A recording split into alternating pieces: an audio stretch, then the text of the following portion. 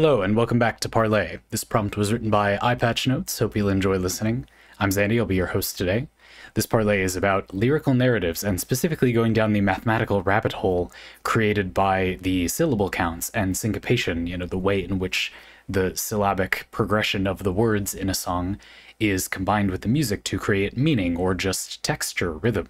That's kind of what music is.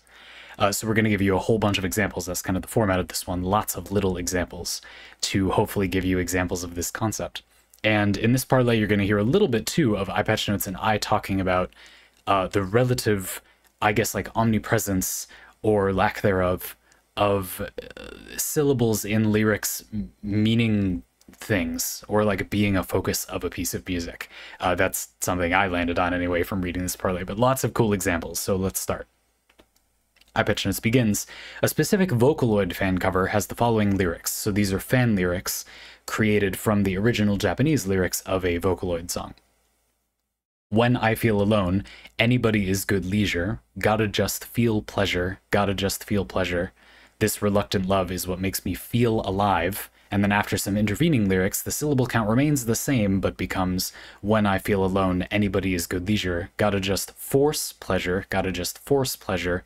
This reluctant love is what makes me wanna die. And there's a link to that in the description. This is a cover, of course, if you're familiar with the source material, of Rabbit Hole, a song that made the rounds back in the day due to some saucy animations and rapid cadence.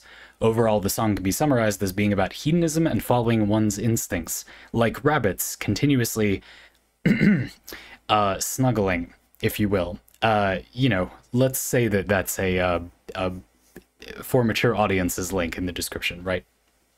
Now, a couple of cool things going on here that we can focus on for a few minutes. First of all, we have this glorious, I'm really enjoying this half and half donut graphic. This is delightful. The first thing I want to talk about to give the audience an example of this idea doing something kind of pleasing is the end part, the feel alive and wanna die thing. So you can see that each half of the lyrical donut is, it's similar. It has the same lyrical structure, but it goes from feel pleasure, feel alive, to force pleasure, wanna die. Reminds me a little bit of Me, Me, Me, if you're familiar with that. A saucy looking at first, like music video, animated music video, that then I think fairly clearly becomes related to porn addiction, possibly in the porn drawing industry as well, was part of my interpretation. Anyway, and this does something similar, maybe fairly obviously, that there's something enjoyable about pursuing one's desires directly, but it can also be kind of suffocating and exhausting. I can certainly relate to that. And we have a kind of nice little syllabic thing going on to hit that home a little bit. Feel alive and wanna die has a kind of, again, it's mirrored structure. We get one syllable and then two syllables and then one, that I think does a kind of, this sticks in your head a little bit. I had actually not noticed this that much until going through this parlay, but this is used a lot in pieces of poetry as well.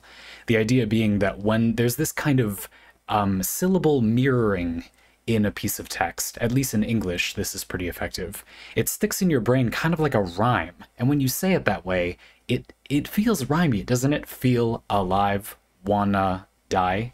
I don't know. For me, there's something kind of parallel about that.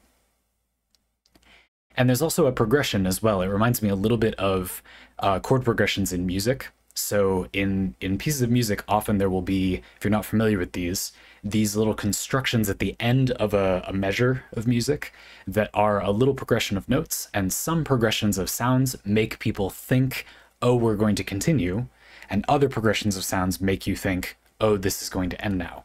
Where those associations come from, are they innate? Are they just from our culture, using them over and over again?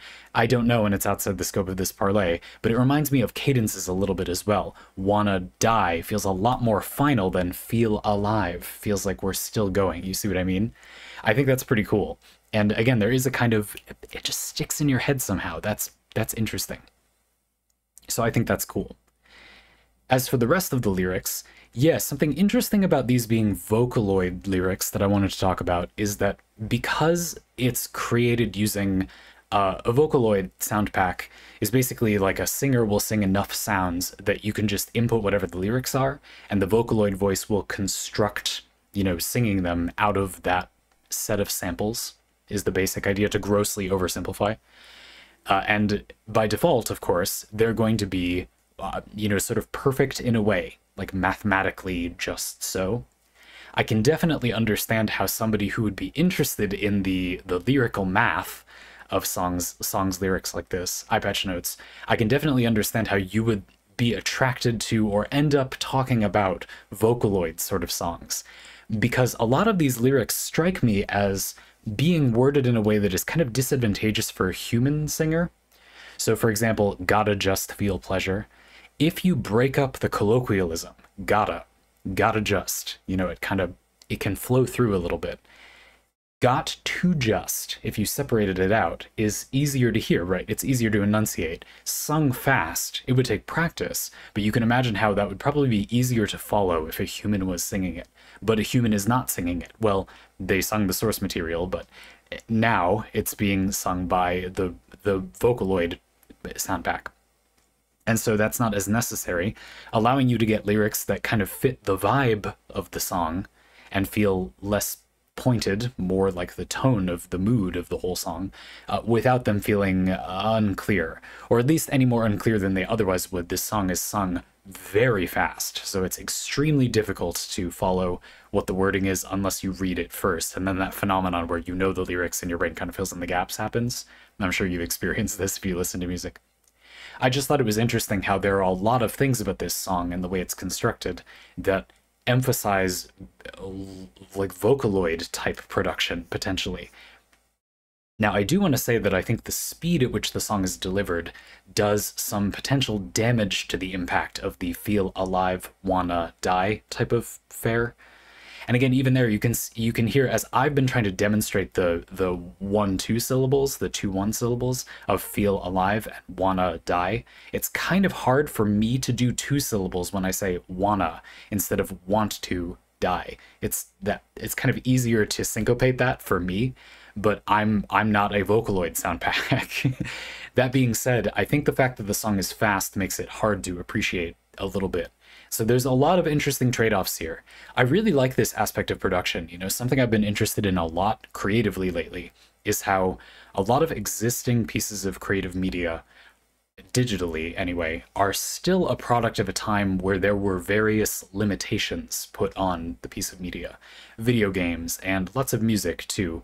Maybe the person who made this song isn't comfortable with or doesn't think they have a good singing voice, and so they used the Vocaloid pack. Maybe they wanted these specific advantages. We're talking right now about this Vocaloid pack. Who knows? But the point is that a lot of existing pieces of media are the result of various complicated trade-offs based on what they're able to produce, given, you know, the time they're in, the situation of the person that made them. And the result is that a lot of really clever stuff is done that is, it's not that it's not done on purpose, but it's like the origin of doing it isn't directly focusing on making the thing good. It's like an adaptation to the situation that the piece of media is in, I would argue. We can't know for sure in many cases, of course. I would just suggest that the mix of really smart structure and then formats that are not a perfect fit for the really good idea in a piece of media, not way far outside just this piece of media, like all sorts of things. That is an artifact of having like a mix of a lot of tools, but not being able to do anything you want. You don't have the hand of God able to manipulate reality as you please, but you do have a lot of tools in this day and age. And I think that's how you get things like there's this really interesting use of rhythm at the end of the measures. And yet I would argue that this is a type of vocal that makes it pretty hard to appreciate that. At least it didn't really work for me in the song that well. I was interested when reading this parlay that I have not, or maybe I have, but I just don't remember, that I haven't brought up just poetry as a subject before. Because EyePatchNotes, I feel like as we go through this parlay more, it's going to come up again that I don't think it's weird that you're interested in this subject. It is a little strange to me that it would be music where it would come up. I feel like music is in some ways a not suboptimal, but just much more interrupted and complicated version of enjoying like syllabic manipulation and creating meaning with syllables and syncopating to create a feeling, which is one of the fun things about poetry, a lot of forms of poetry. And poetry has a big advantage in that being either read or usually not spoken at this speed, because that's almost physically impossible, you can appreciate pretty much any syllabic like shenanigans that are going on. Definitely something I really enjoy about poetry as well. It's really interesting when you hear a combination of words or a way of framing something or phrasing something that sounds good and sticks in your head, to try to break down there is something about that phrasing that is working well for you. It's not magic. There is some mechanical, identifiable reason why that phrasing is good, and we could have it if we were so inclined. Take out your scalpels and let's start slashing. But that is a little outside the scope of this parlay. It'll come up again as we go through a few more examples. Okay, so the second one, EyePatchNotes continues, a separate but still reoccurring topic for me is the process of translating a Japanese or whatever song into English. The burning example in my mind is Jonathan Young's cover of The Hero from One Punch Man, from the middle of the song, and there's a link to that in the description that jumps you to this part if you want to quickly listen to it. It goes, "Hero, don't want to hear you calling out my name. I'm not here for fortune and fame." Now, you can see that the syllables are a little weird. I purposefully mock sang it a little bit, because if you've heard the One Punch Man opening, something odd might be going on that you've noticed. Here are the Japanese lyrics. Hiro ore wo tateru koe ya, I can't quite sing it. Kasai nante hoshi kuwanai sa. There we go. That was good enough to get the point across. Do you see what's going on? What's happening is, in the Japanese version of the lyrics, it's like perfectly syllabically matched. Well, almost. It's 12 and 11 syllables. Whereas in that Jonathan Young cover, well, the second measure is 8 syllables, noticeably shorter. I'm not here for fortune and fame. And you even heard, because I just sung that, when I sung Kasai nante hoshiku wa nai sa, I am not saying it perfectly because I don't speak that good Japanese, but my brain is primed to think it won't last as long. You know what I mean? Like I'm having more trouble with it because I just read a version that has less syllables. So as EyePatchNotes continues, what happened? Even with a noticeable pause in the second Japanese line, Young's lyrics come up short. EyePatchNotes, have a very low tolerance for lopsided lyrical math like this. The original OP or game soundtrack will have embedded itself in the happy corner of my brain, and I expect a cover to honor that. Fair? Maybe not. This is how EyePatchNotes' pattern-seeking lizard brain works. No, I think this is interesting. This is a great example, I just wanted to say. I feel like it's really good because it's simple enough that I, a totally unskilled singer and Japanese speaker, can sort of mock sing it well enough for it to be understandable as an example. One Punch Man was reasonably popular, so many people may have already heard it. And you can quickly listen to both of them in the description again if you want to. But I think it's useful because in the Jonathan Young cover, which I hadn't heard before, having listened to it, I mean, he makes an effort to spend I would argue, like, right amount of time on each word, just not the right amount of that time isn't spent on syllables. There isn't the syncopation of having a lot of little syllables. A lot of things come to mind here. I mean, in Japanese, it's kind of easier to do that type of syllable time filling because of the way the language is constructed. Japanese is almost entirely made out of consonant vowel pairs or just a vowel, and it's quite rare to be able to put in just the consonant. Most Japanese words are 90+% constructed of, you know, consonant vowel, very syllabic, very syncopated. And the result is that it's easy to create a kind of flowing, syncopated rhythm with Japanese words. English, on the other hand, is full of these French-ass inspired words that are like 10 letters but somehow have 2 syllables, you know what I mean? And that does make it difficult to make lyrics that sound meaningful but which are like the right amount of syllables. Now, humans speaking those words, I mean, it's a long word. There's a thing people do in English where they often spend longer talking out a piece of sentence that takes longer, like that is physically longer. It's a very interesting phenomenon that you'll never unsee if you start looking for it.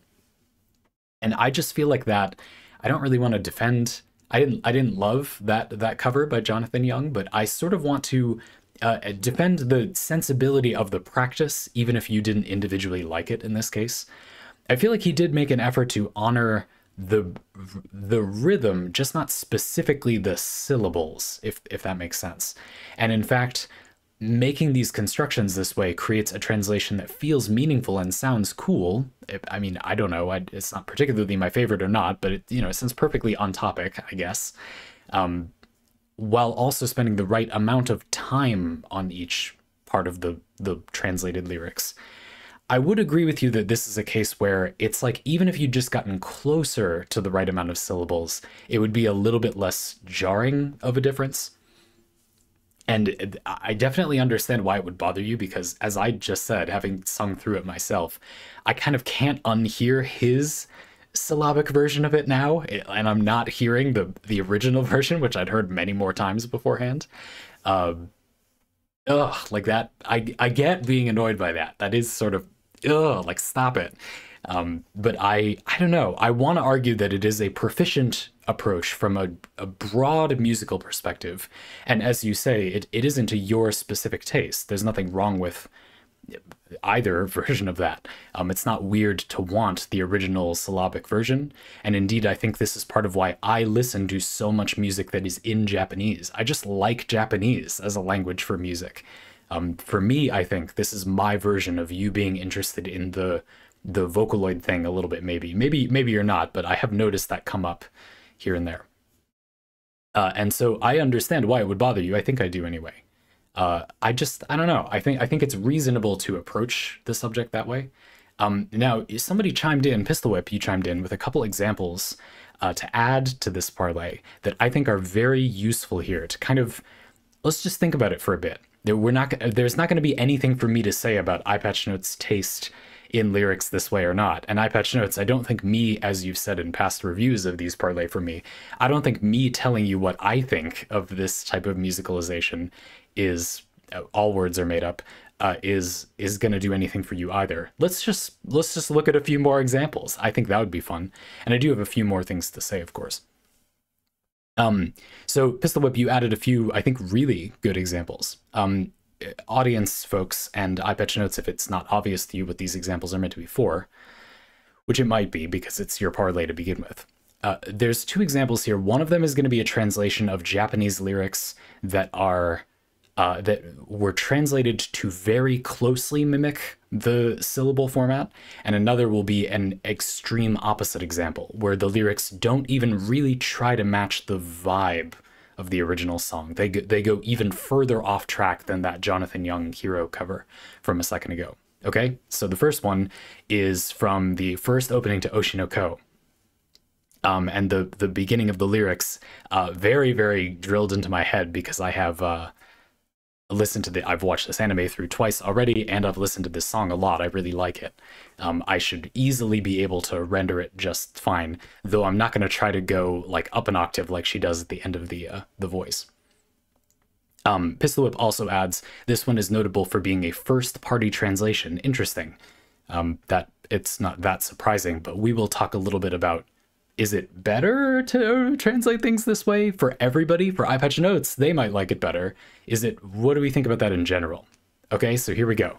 The first kind of verse of the opening of the song in Japanese is Muteki no ega o de arasu media, shiri taiso no himitsu misu terias, nuketsuru toko sae kanojo no area. I can't quite do it right. Kanpeki de usosuki na kimi wa tensai tekina aidoru sama. Again, not perfect, but you'll have to live with my rendition. Here is the English translation. Couldn't beat her smile, it stirred up all the media. Secret side, I wanna know it, so mysterious. Even that elusive side, part of her controlled area. Complete and perfect, all you say is a bunch of lies. Dear Miss Genius Idol, unmatched. And Pistol Whip adds a little note. The writer clearly took pains to match the lyrical math. Media, mysterious, and area all English words spoken in Japanese in the original lyrics are all placed precisely at the same point in the syllabic, progression as where they would be in Japanese in the English version. The only hang-up is the honorific sama, which doesn't have an easy equivalent in English. And I wasn't able to sing it well enough for that to be totally clear, so we will look at a few specific examples. One of the things I want to kind of point out a little bit is that because some of these words have a different kind of vibe or syncopation, maybe not necessarily different syllables in Japanese, it's kind of hard to put them in the same place and have them feel the same way. So let's use this line. Secret side, I wanna know, it's so mysterious. And in Japanese, it's shiri taiso no himitsu misu teriyas. Now you notice something there. Secret side, I wanna know, it's so mysterious. Shiri taiso no himitsu misu teriyas. Did you see it? In Japanese, misu teriyasu kind of syncopates differently. So because words are organized differently in Japanese, oh my god, this is a complicated subject. It leads in a way that is kind of, I would argue, almost permanently different for a Japanese speaker. Shiri taiso no himitsu misu teriyas, instead of secret side, I want to know, it's so mysterious. There's a very defined beginning to the word mysterious in English that just kind of almost isn't part of Japanese in Japanese. You could maybe do something like have, so shiritai, I want to know it, sono, that thing about her, himitsu, the secret, mysteriasu, the mysterious secret. A little redundant, but what are you going to do? It's ordered differently. Now, if himitsu as a word ended with a consonant, maybe that would make mysterious like flow less, but it doesn't. And as a result, it's kind of hard. So mysterious isn't a bad attempt with English's limitations, but they kind of don't syncopate the same. I don't know, there's a part of me that feels like I almost don't like that as much. I would almost rather have an adaptation. I'm not sure. I think a lot of this translation is done very well. And again, there's the part at the end that is just hard to translate. Oshi no Ko as a title is challenging to translate because it's kind of a multiple meaning phrase, an invented but kind of multi-meaning phrase. So yeah, this is an interesting example. I hope I somewhat convinced you and you didn't feel pain from my singing of the Japanese version. I won't sing this next example because I don't think there's any point to doing it. But I will talk through a few of the lyrics.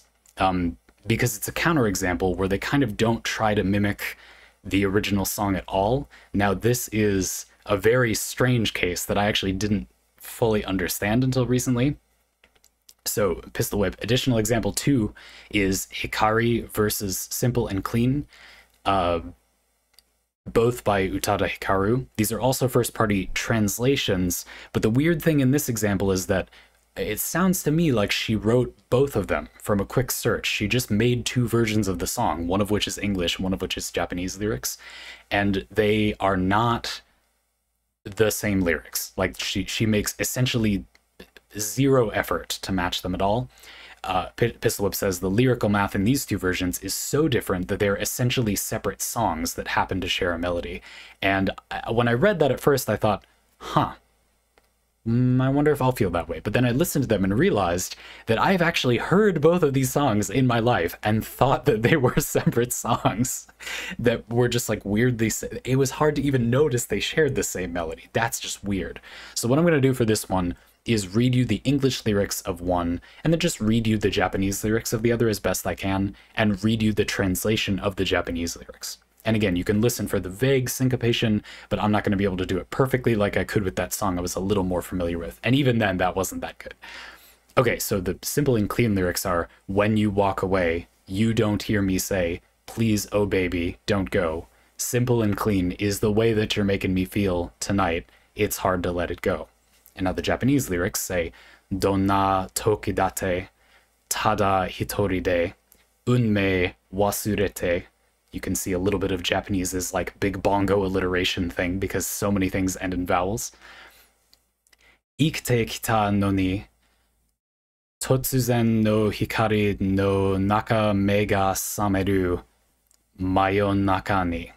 The translation is, though I've lived all this time all by myself, unconcerned with destiny, inside of the sudden light I awaken in the middle of the night.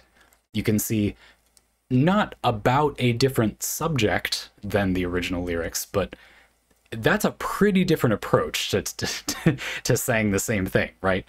And you could hear that the syncopation, I stopped to point out, is kind of inspired by the way that the English version of the song flows, or the English version is kind of inspired by the way the Japanese song flows, but it more harnesses Japanese language. The rhymes and alliteration mean something different in Japanese, where 90% of words end in one of 5 sounds, whereas English has like, ugh, and it doesn't really mean the same thing.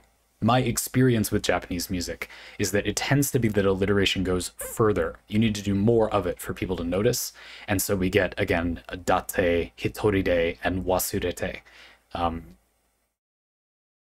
And I also think the multiple ni's at the end kind of do a thing, and Hikari is very like ni-e. So you can see that it's not like it doesn't use like rhyming and parallelism, but then again, the English lyrics, simple and clean, don't really use rhyming that much. When you walk away, you don't hear me say, kind of feels like she was inspired by having written date, hitoride, wasurete at the beginning of the previous one, sure, but then we mostly drop the vibe. And we do get simple and clean is the way that you're making me feel. I would argue pretty good slant rhyme, but it's definitely not a rhyme exactly.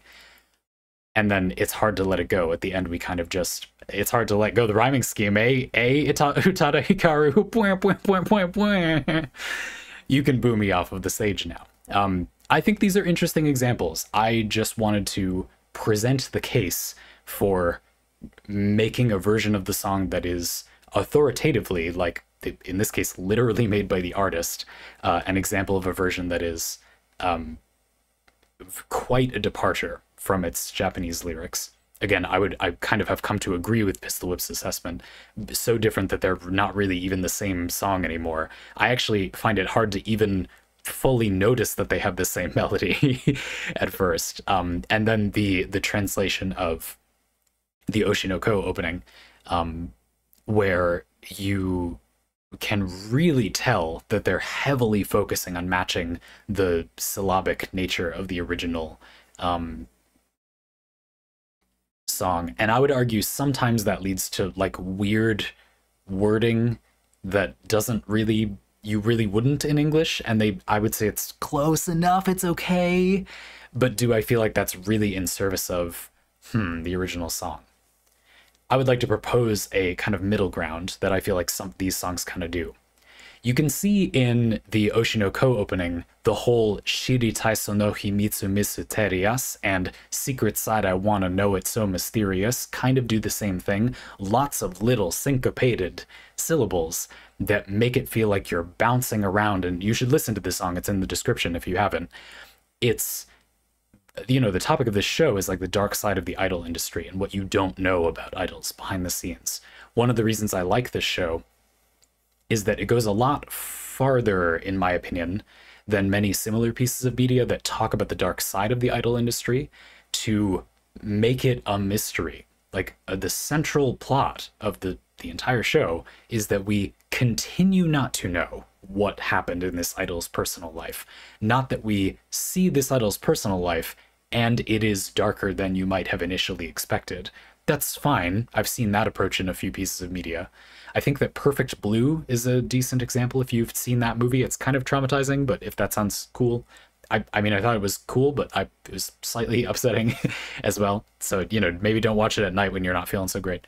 That movie was an interesting approach at covering the subject, but it dealt with it in a way that was more about seeing the bad side rather than being aware that there's a dark side, but legitimately having trouble finding out what it is, which is something I think is kind of cool that they're engaging with in this show.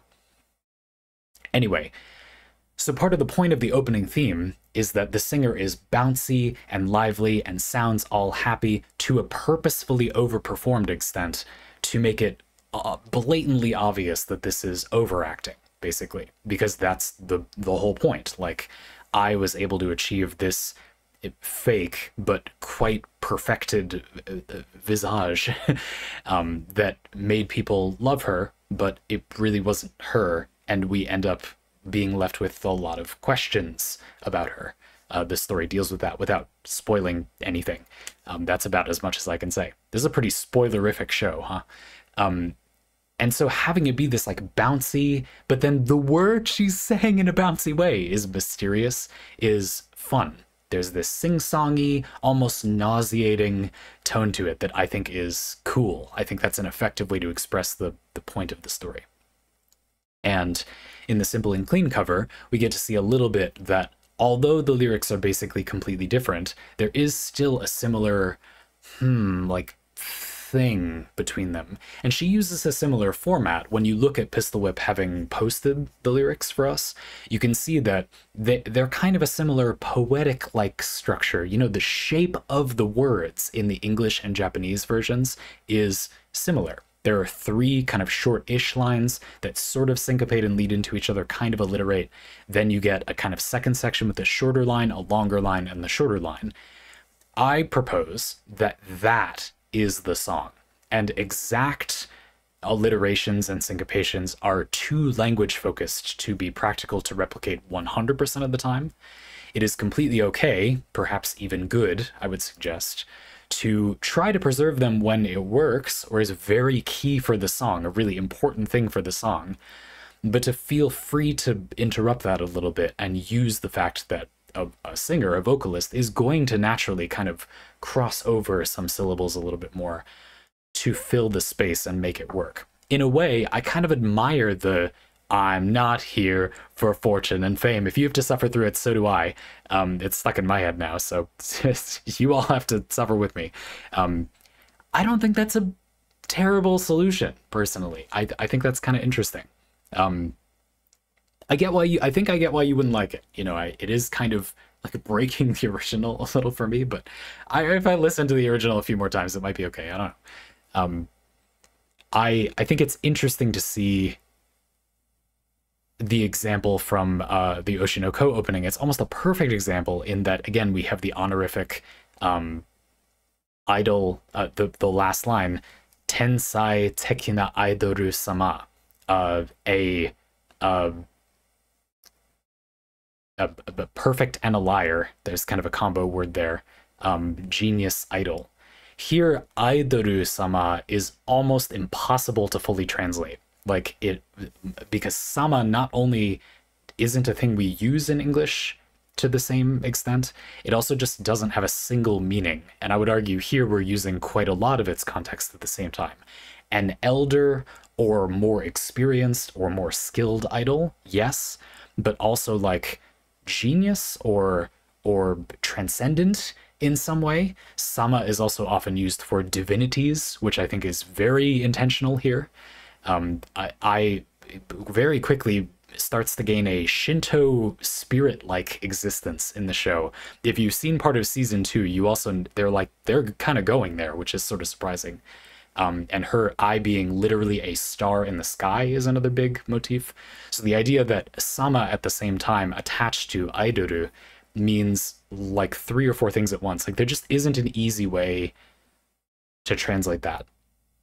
And I think the way that she says it with such confidence, like it's the natural ending of the song, Tensai tekina aidoru sama, and then they reset and the song starts going, like there's an authority to that part that I feel like is quite important to mimic. And I don't feel like it's mimicked by the English lyrics because I think they are trying to mimic just one part of the intent of the original lyrics, not other parts of the intent of the original lyrics.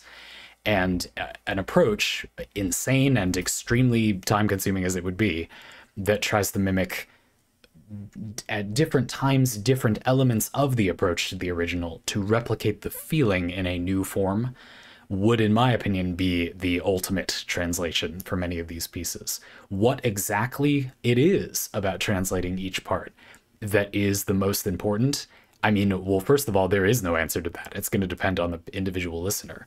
Although I suspect that people would agree, there would be more of a consensus than you might think if we were to interview people. But you have to run an entire like survey analysis study just to translate each song. Like that's just not going to happen a lot of the time. So I get why people are choosing methods. Absolutely. It's an interesting subject. You've absolutely sold me. Asymptomatic, you EyePatchNotes, you also have a combination of stream and Parley poster names. Little thing about this that I thought was interesting, going a little further on the Japanese, what do you even translate kind of thing, and going off of my point about singing words with different syllable lengths. It's not like this isn't done in Japanese. EyePatchNotes says, consider also the Japanese word that is unmei, or fate. Unmei. Through the magic of phonemes and language that goes over my head, there are as many as 4 permutations of unmei. Unmei, that's 2 syllables, natural reading. Unmei, 3. Okay, you know, there are kind of 2 sounds in there. And then we often hear unmei, 3 again, but they're different ones. And then sometimes you even hear the try hard, according to EyePatchNotes, unmei, like that. If needed, you could take the opening from the garbage, oh, hot take, anime Mondaijitachi. Did you want to like this as much as I did, but then didn't? Anyway, comradeship in that. Unmei is an example of twisting the lyrical math in the singer's favor. How would I translate this for a cover? Excellent question. Yes, something that I admire about this Parley is you're talking some shit about some people's translations, fully understanding that it's not always the easiest thing in the world. You're just saying what you like. I hope it doesn't come across as me saying like, but it's completely unfair to not at all. Like, no, you're being like the more fair than you need to be, above and beyond the Call of Duty. But the interesting thing about this final example, if you watch it in the description, I don't have as much to say, but it's still interesting, and we'll kind of get to it in future Parley. EyePatchNotes says, is that this particular track will come up again when we discuss the power of having lyrics baked into the animation. It's actually quite fascinating that this fansub showcases the power of hiragana, which the common viewer can hear, alongside English lyrics, what the common viewer can read. And unlike some groups that have to transcribe by ear, the opening puts the official text front and center. Less a problem with modern anime, sure, but yeah. Yes, this is the key to the puzzle. There are some anime that have such animation in their opening, or wherever you're hearing this song, that it's almost like we have a guide to that question I posed before. What are the critical aspects to translate for each individual part of a song? Well, the opening literally shows us which beats are the kind of focus points for the piece of media. I will say that I feel like there are some patterns. Oftentimes a word that is Englished a little bit, like misuterias from our previous example. I've noticed that those tend to be focus points. I think it might have something to do with the way that Japanese constructs sentences. The idea that the subject is at the end of the sentence is a very distinct aspect of Japanese language. And if this word is the borrowed word, the key subject is what is being Englished a little bit, then it's gonna be at the end of the sentence, and thus it gets some focus. Maybe that's what's going on. It doesn't always work out, but... And sometimes it's just kind of hard to tell, like in the idol example, nuketeru toko sai kanojo no area in English, area.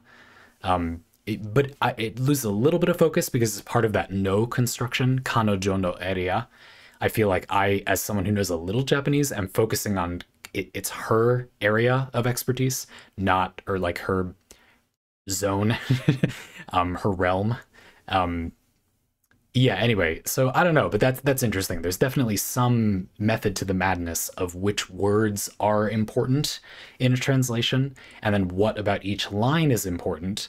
I suggested this elusive thing where shiri taiso no himitsu misu terias, the syncopation is what's important, but tensai tekina aidoru sama, ending at a decisive note like that, and the way aidoru sama ends this part of the song is really important. Well, that's quite elusive, don't you think?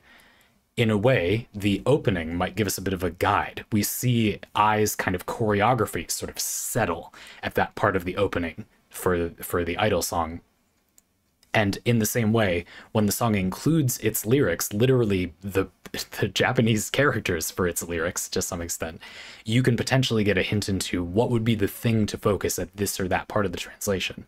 Not sure it makes it particularly much easier to actually translate, but you at least have a guide toward what you would try, and I have no idea how to translate successfully. So pretty interesting.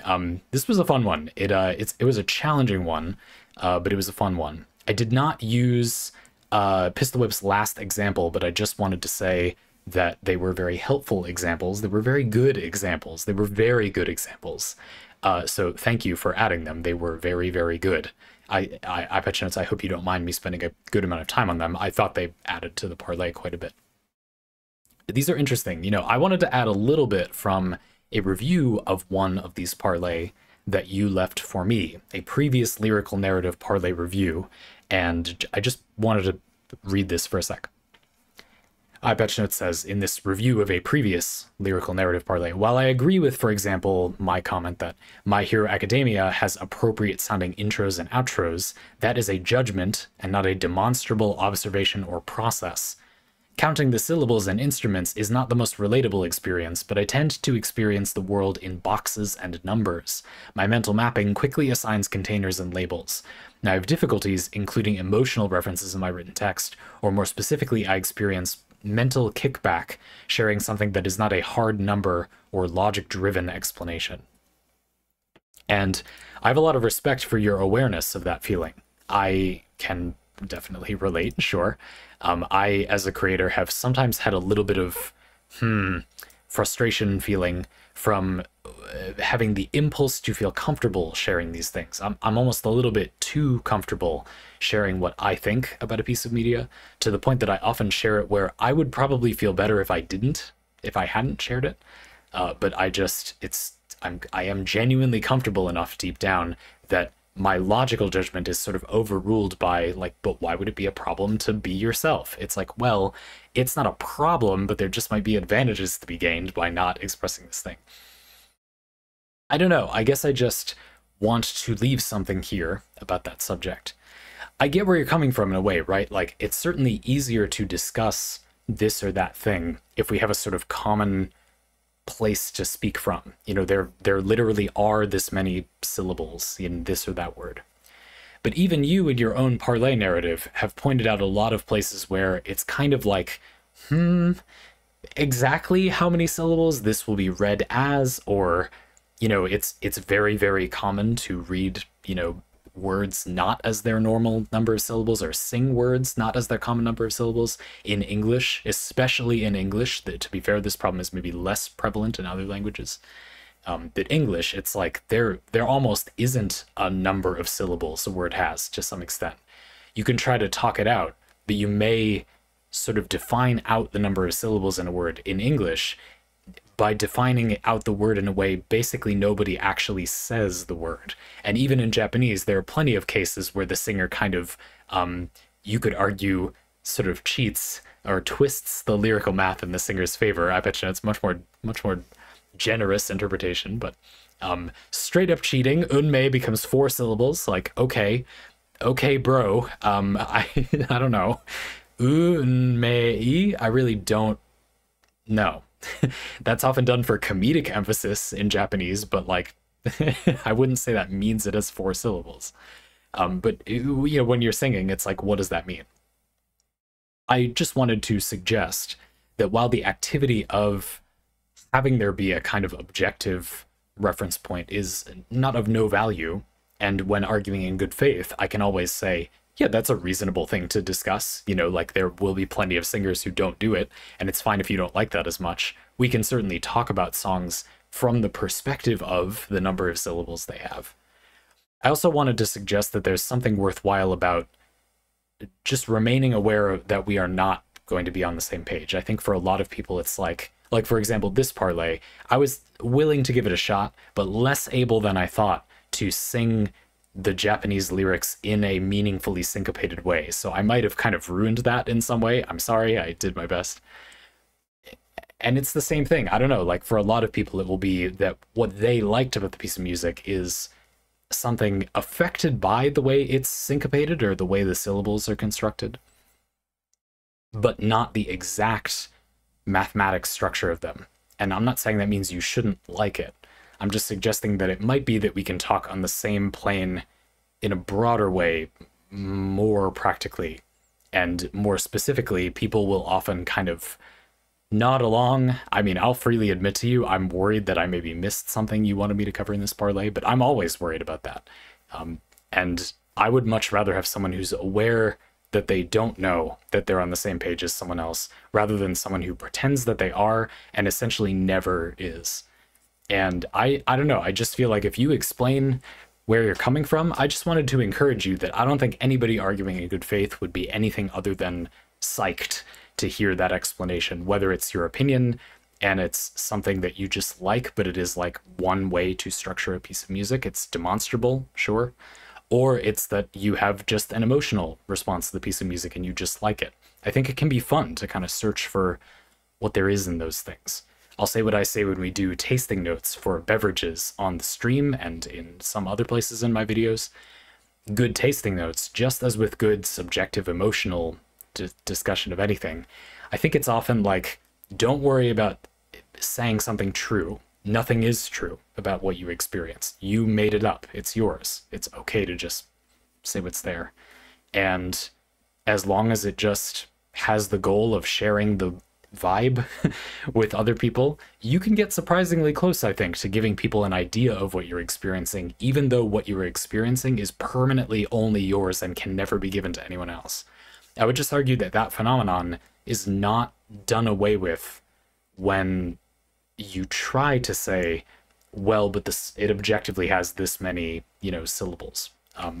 It kind of is, obviously, but the way that people experience the impact of that syncopation, the way that people hear each of those syllables, the way that people listen to music or don't, the way emotions are brought out in people by listening to music, may be more objective, but I feel like a lot of the time it's not. I can't tell you how many times I've shared a piece of music with people and they react to something about the piece of music that I legitimately didn't know was part of the piece of music. And I go, what? Like, that doesn't matter at all to me, or I didn't even, that wasn't even part of the music when I listened to it.